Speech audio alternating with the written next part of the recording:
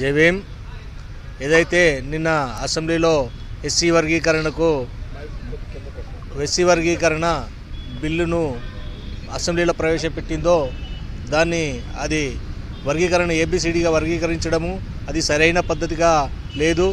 ఏదైతే జనాభా లెక్కల ప్రకారము 2011 లెక్కల ప్రకారమే చేసినట్టు ఉంది. అది ఏదైతే ఇప్పుడు జనాభా లెక్కలు చేసి తర్వాతనే ఏబిసిడి వర్గీకరణను అసెంబ్లీలో బిల్లును ప్రవేశపెట్టాలి. ఇది ఏదేమైనప్పటికీ వర్గీకరణ ఇది సరైన పద్ధతిలో లేదు. ఏకసభ్య కమిషన్ పెట్టి ఇది సరైన తప్పుడు నిర్ణయాలు తీసుకోకుండా వారి ఇష్టానుసారంగా చేస్తున్నారు కాంగ్రెస్ ప్రభుత్వము. ఇది గతంలో ఏదైతే సుప్రీంకోర్టు తీర్పు ఇచ్చిందో ఆ సుప్రీంకోర్టు తీర్పు ఇవ్వగానే అన్ని రాష్ట్రాల్లో కాకుండా మన తెలంగాణలోనే రేవంత్ రెడ్డి ముందుగా నేను వర్గీకరణ చేస్తానని ఆయన రావడము. అయితే ఈ వర్గీకరణ పంపితే దీనికి సరైన కాంగ్రెస్ పార్టీకి మాలలకు కాంగ్రెస్ పార్టీకి అండగా నిలబడి అధికారంలోకి తెప్పించిన రేవంత్ రెడ్డి ఇది నీ సరైన నిర్ణయం కాదు. తక్షణం ఈ నిర్ణయాన్ని వెనుకకు తీసుకోవాలి. లేదంటే నీవు వచ్చే ఎన్నికల్లో సరైన మాలలు బుద్ధి గుణపాఠం చెప్తారని నేను మానాడు సంగారెడ్డి జిల్లా మేము డిమాండ్ చేస్తూ ఉన్నాం. ఈ యొక్క ప్రభుత్వ చర్యను మేము ఖండిస్తున్నాం. ఈ ముఖ్యమంత్రి ఆగస్టు 1 రోజునే పొరపాటు చేసిండు. కనీసం సుప్రీంకోర్టు తీర్పు కాపీ బయటికి రాకముందే ఆయన చాలా అత్యుత్సాహం ప్రదర్శించినటువంటి తీరు మనకు తెలుసు. మరి అత్యుత్సాహం ప్రదర్శించిన విధంగానే చాలా ఆదరబాదరగా ఈ యొక్క రిపోర్టు కూడా తెప్పించుకున్నాడు. వాళ్ళు ఎట్లా అనుకున్నారో వాళ్ళకు అనుకూలంగా ఆ పద్ధతిలో వాళ్ళు తెచ్చుకొని ఒక పక్షానికి మేలు చేసే విధంగా ఈ యొక్క వర్గీకరణ బిల్లు అనేటటువంటిది ఆమోదం చేసుకున్నారు. మరి మాలలు గత ఎన్నికల్లో ఏకపక్షంగా కాంగ్రెస్ను గెలిపించాలని నాయకులు పిలుపునిచ్చారు. అందరూ తీర్మానించుకొని ఓట్లు వేసి గెలిపించినందుకు మరి సరి అయినటువంటి బహుమానమే మాలలకు ఇప్పుడు మన ముఖ్యమంత్రి మరి ప్రభుత్వం ఇచ్చిందని మేము అనుకుంటున్నాం. మరి భవిష్యత్తులో మనం ఈ విషయాన్ని ఆలోచించాల్సినటువంటి అవసరం కూడా ఉంటుంది. ఆ విధంగా మరి మేము నిన్న తెలంగాణ శాసనసభ మరియు విధానసభలో ఆమోదించినటువంటి ఎస్సీ వర్గీకరణ బిల్లును మాలలుగా మేము ఖండిస్తున్నాం. ఎందుకంటే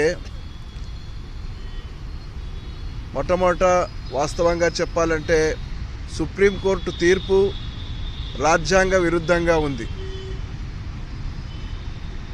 కనీసం ఆ సుప్రీంకోర్టు తీర్పునైనా అర్థం చేసుకోకుండా ఏకసభ్య కమిషన్ ఇచ్చినటువంటి రిపోర్టు కూడా దానికి అనుకూలంగా లేదు.